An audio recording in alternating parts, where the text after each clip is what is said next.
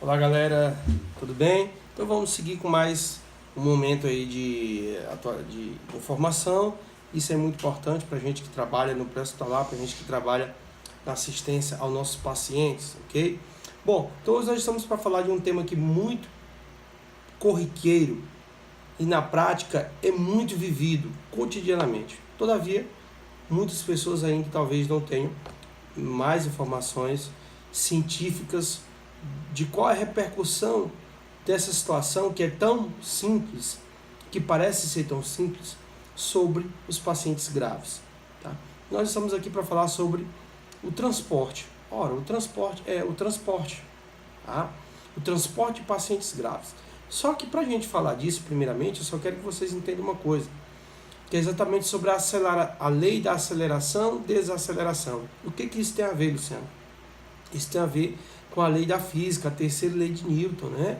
Que é uma lei que diz que dois corpos, quando se colidem, um exerce a mesma força que foi colidido sobre o outro. Tá? Então, se eu bato, né, nessa minha mão a uma velocidade de 20 km por hora, essa minha mão, que pode estar parada, vai incidir a mesma velocidade de força sobre essa minha mão. Tá? Não sou muito físico, me perdoem aí os que entendem sobre física, tá? Mas o que ele diz é o seguinte, que há uma reação, que toda ação tem uma reação, tá? Então, a lei da aceleração e desaceleração, ela tem uma incidência direta, ou vamos dizer, melhoramente, indireta sobre o quadro de cada paciente, tá?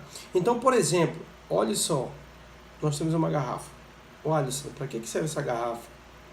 Para nós fazermos um exemplo. Imagine que isso aqui é um sangue. Imagine que isso aqui é um vaso. Tá? Ou imagine que isso aqui é um corpo e o conteúdo interno, esse líquido, é o sangue. Tá? Então imagine que aqui nós vamos fazer isso aqui. Ó. Ele vai vir e vai parar. Bruscamente. Ok? Observe que todo o líquido se deslocou para onde? Para frente. E observe em um ponto morto, parado, e há um deslocamento brusco para frente. O que aconteceu? Todo o líquido foi deslocado para trás. Né? Então, gente, dentro do corpo ocorre da mesma forma. Quando o condutor ele acelera a viatura de uma vez, todo o sangue desce, como quem fosse para a região dos pés. E quando ele freia bruscamente, todo esse líquido ele também se desloca para frente, indo para a região da cabeça. Tá? E o que isso tem a ver? Isso tem tudo a ver com os pacientes que têm alguma instabilidade ou algum agravo, como por exemplo TCE, paciente que tem alguma arritmia cardíaca, algum problema pulmonar, pacientes que estão sob ventilação mecânica. Isso traz muita preocupação. Por exemplo, se nós tivermos uma frenagem brusca, toda essa massa intestinal, juntamente com vísceras, elas são deslocadas para frente, elas comprimem o diafragma. Isso causa uma alteração no volume corrente da ventilação mecânica. Né? Então, esse deslocamento de líquido pode causar hipotensão, né? Isso daí pode incidir diretamente sobre o trabalho cardíaco. Tá? Então, essa cronicidade cardíaca ela começa a ser alterada. Tá? Esse potencial de cronotropia cardíaca ele começa a ser alterado. Podemos ter problemas como, por exemplo, algum derrame pleural. Podemos ter, por exemplo, hipertensão intracraniana no caso de pacientes com TCE grave.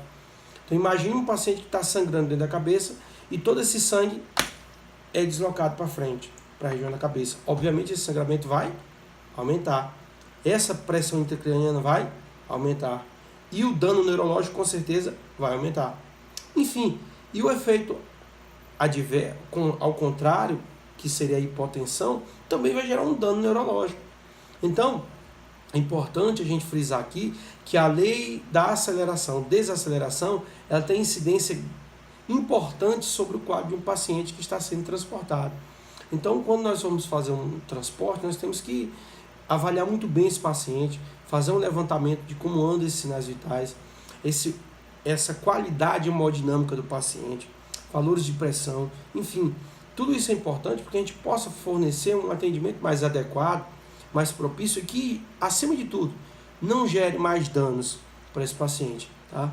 Então, gente, isso aqui é uma informação importante, principalmente para condutor que está aí dirigindo e salvando os nossos pacientes. Tá? Então, um forte abraço a todo mundo. E se você gostou das informações, dê um joinha, compartilhe e subscreva o nosso vídeo. Abraço!